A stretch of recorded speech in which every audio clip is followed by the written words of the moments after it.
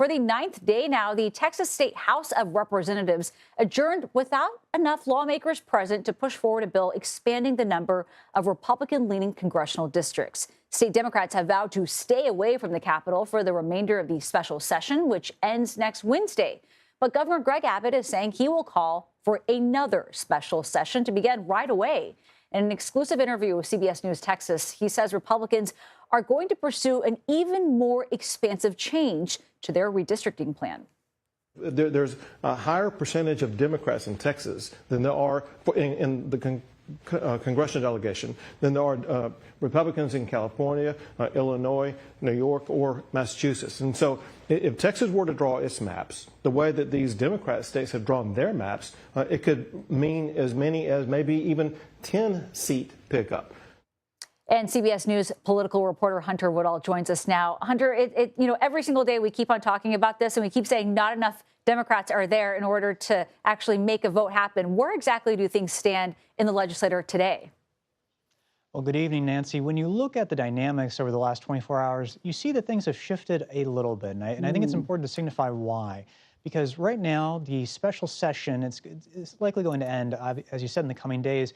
But it does seem that GOP Governor Greg Abbott has talked about, okay, he's going to keep calling special sessions. And when you look at what Texas Democrats have been saying, they've also signaled, hey, once they feel like they've accomplished something by running out the clock on this first special session, maybe something different happens down the road.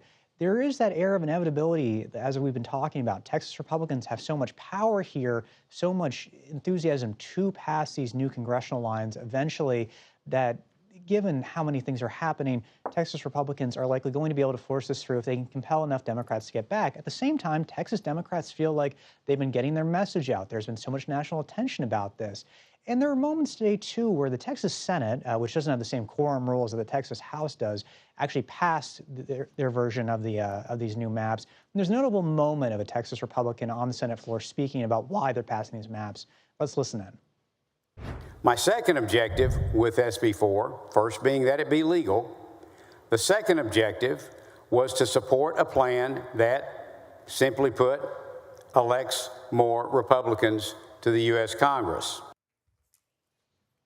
That's that kind of line that is likely to animate Democrats as they continue to call attention to this and try and, build that national outrage that could help them, not just in this push, but in the 2026 midterms as well. And Hunter, we keep hearing about consequences in all this. The state's attorney general, Ken Paxton, who's, by the way, running against Senator John Cornyn in the Republican primary for Senate, as you well know, asked a judge to potentially jail former Democratic Congressman Beto O'Rourke today. What's going on there? And this is a fascinating legal filing. I was reading it earlier today, and it's this idea, the politics here can't get lost. The Attorney General, like you said, Ken Paxton, is running for the U.S. Senate against incumbent Republican John Cornyn. This is a Republican against a Republican primary. Ken Paxton is trying to go farther to the right than the longtime incumbent John Cornyn. And moves like this, former Congressman O'Rourke is obviously a well-known Democrat. He ran for the U.S. Senate. He ran for the presidency during the 2020 cycle. And this is that kind of back and forth that animates the base of the Republican Party, and it gets Paxton's name out there in a way as he tries to continue to build momentum to really try this challenge against John Cornyn that has upended Republican politics in the state and sort of shadows everything that's going on with this battle for redrawing the congressional maps right now. All right, Hunter Woodall, thank you so much for joining us. We appreciate it.